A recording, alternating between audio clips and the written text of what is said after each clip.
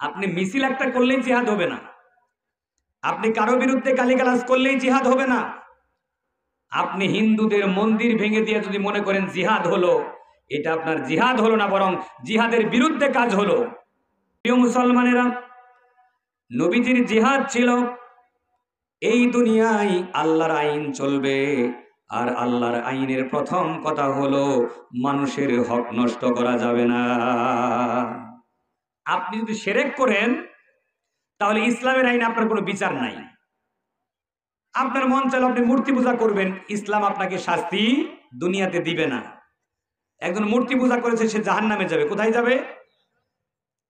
একজন মন্দিরে যায়, গির্জায় যায়, প্যাগোডায় যায়, সে কোথায় যাবে? জাহান্নামে। কিন্তু তার মন্দির ভাঙার কোনো অনুমতি আপনাকে দেওয়া হয় নাই। একজনের মন চায় সে খ্রিস্টান হয়েছে, আপনি তাকে জোর করে মুসলমান বানাতে পারবেন না। কিন্তু ইসলাম দুনিয়ায় এসেছে, আমরা মনে করতেছি ইসলাম মনে হয় দুনিয়ায় এসেছে মানুষকে জোর করে হিন্দু থেকে মুসলমান বানানোর জন্য, খ্রিস্টান থেকে মুসলমান বানানোর জন্য, ইহুদি থেকে মুসলমান বানাবার জন্য। না, ইসলাম এসেছে ইসলামের দাওয়াত দিবে মানুষকে, কিন্তু শাসন ব্যবস্থায় যাওয়ার পরে ইসলাম মানুষের উপরে জোর করে ধর্ম চাপিয়ে দিবে না, কিন্তু কিছু কাজ ইসলাম জোর করে করবে।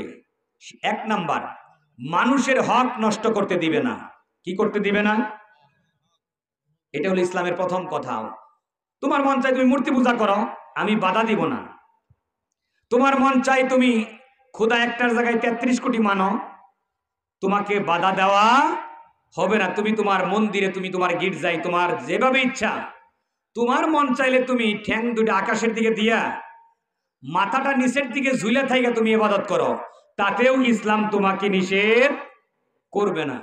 তোমার মন চাই তুমি পানির নিচে ডুবে থেকে ইবাদত করো, তাতেও মুসলমানদের কিছু যায় আসে না। কিন্তু একটা ব্যাপারে ইসলাম কঠোর আইন প্রয়োগ করবে, সেটা কি? মানুষের হক নষ্ট করতে পারবে।